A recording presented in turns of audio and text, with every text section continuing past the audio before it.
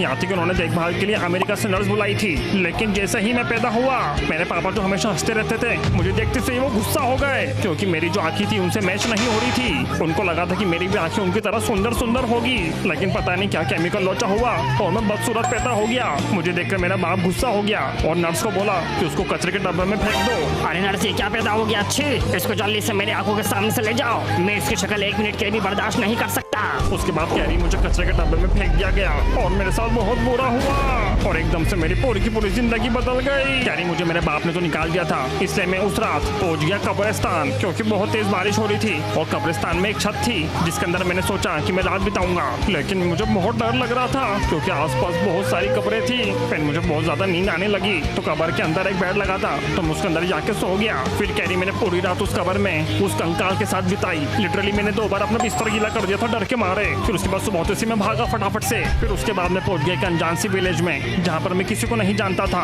Carry उस गाँव के अंदर मुझे भीख कर मांगनी पड़ गई थी क्योंकि मैं पिछले 2 दिन से भूखा था। पहले तो मुझे कोई भीख नहीं दे रहा था, सब लोग बस मेरी शक्ल देख के मुझे इग्नोर करके मेरे सामने से जा रहे थे। फिर मैंने गाना गाना चालू किया अपनी दुखी कहानी का। घर जला है मेरा, क्या बिगड़ा तेरा, मुझे तो मेरे बाप ने छोड़ दिया।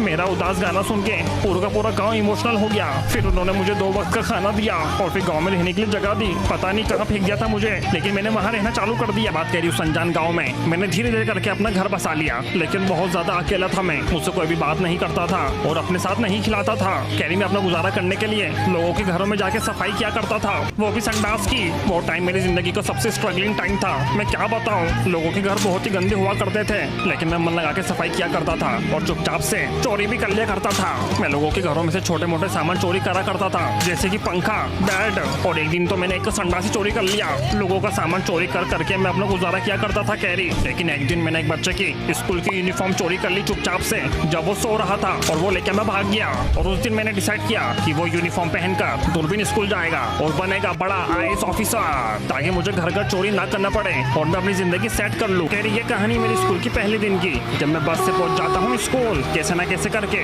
मुझे लगा था कि स्कूल जाने के बाद मैं बहुत बड़ा आदमी बन जाऊंगा। मैंने ठान लिया था कि मैं मन लगा के पढ़ाई करूंगा। लेकिन पहले दिन मेरी पिटाई कर दी गई। स्कूल की पुलिस ने मुझे बहुत मारा क्योंकि उनको मेरी शक्ल पसंद नहीं आई। और फिर मेरी धुलाई करने के बाद मेरी किताबें संडास के अंदर फेंक दी, यहाँ तक कि मेरा स्कूल बैग भी फेंक दिया। लेकिन उसके बाद मैं जैसे ही क्लास के अंदर पहुँचता हूँ, टीचर मेरे पे गुस्सा हो जाती है। कहाँ थे तुम और तुम्हारे में से बदबू क्यों आ रही है? मैं उनको बताता हूँ कि पुलिस ने मुझे मारा और मेरी किताबें संडास में फेंक दी, पर वो टीचर पता नहीं क्यों मेरे पे यकीन नहीं करती और मुझे मार मार के भगा देती है। मैं चुपचाप से क्लास छोड़ के चले जाता हूँ और मैं खुद को कोसता हूँ कि मैंने पैदा होकर गलती क्यों कर दी। लेकिन तभी मुझे आवाज आती है कि बचाओ बचाओ। तभी मैं देखता हूँ कि एक लड़की क्लासरूम के अंदर बंद हो चुकी है। मैं उसकी हेल्प करता हूँ और उसको बाहर निकाल लेता हूँ। Thank you. तुम कौन हो?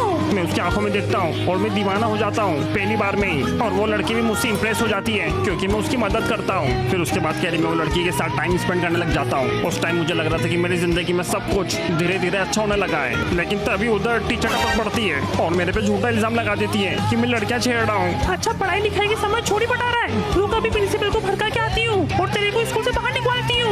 उसके बाद मुझे वो स्कूल से जाना पड़ता है और कोई मेरा सपोर्ट नहीं करता।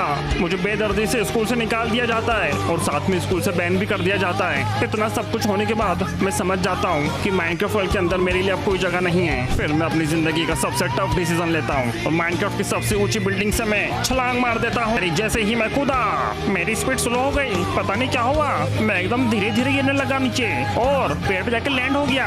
मैं सोच में था कि मेरे साथ ऐसा क्यों हुआ, क्या मेरे अंदर कोई नेचुरल पावर है। मैं 2 मिनट के लिए खुद को सुपरमैन समझने लगा, लेकिन तभी मेरे सामने प्रकट हो जाते हैं माइनक्राफ्ट के भगवान नॉच। उन्होंने ही मेरी जान बचाई थी। मेरे पे स्लो पोशन मारकर मैं उनके सामने अपना सर झुकाता हूँ और वो मुझे अपने साथ एक गुफा में ले जाते हैं। गुफा में ले जाने के बाद नॉच भगवान ने सबसे पहले मेरे चेहरे की प्लास्टिक सर्जरी करी और मुझे नया चेहरा दिया, जिसकी वजह से मेरी आंखें सही हो गई और मेरे चेहरे पे जो दाग धब्बे थे वो भी खत्म हो गए। उसके बाद नॉच भगवान ने मेरे सर के ऊपर एक मशीन लगाई जिसकी मदद से उन्होंने मेरे दिमाग की कोडिंग कर दी। नॉच भगवान ने कोडिंग कर मुझे 2 पावर दी, एक तो बहुत ज्यादा दूर देखने की और सबसे ज्यादा सोचने की, जिसकी वजह से मैं बन गया माइनक्राफ्ट हिस्ट्री का सबसे स्मार्टेस्ट विलेजर। उसके बाद नॉच भगवान ने मुझे एक जगह के कोऑर्डिनेट्स दिए और मुझसे बोला, जा दूरबीन, यहाँ तो खुशी खुशी रह पाएगा, जाके इस बंदे से मिल, तेरी जिंदगी बदल देगा ये, और कभी भी मुसीबत में हो तो मुझे याद करना। मैंने वो नॉच भगवान की बात सुनी और उनकी बात सुन के मैं चले गया उनके दिए हुए वो कोऑर्डिनेट्स पर। कोऑर्डिनेट पे मुझे मिला एक ऐसा बंदा जो मेरा बेस्ट फ्रेंड बन गया।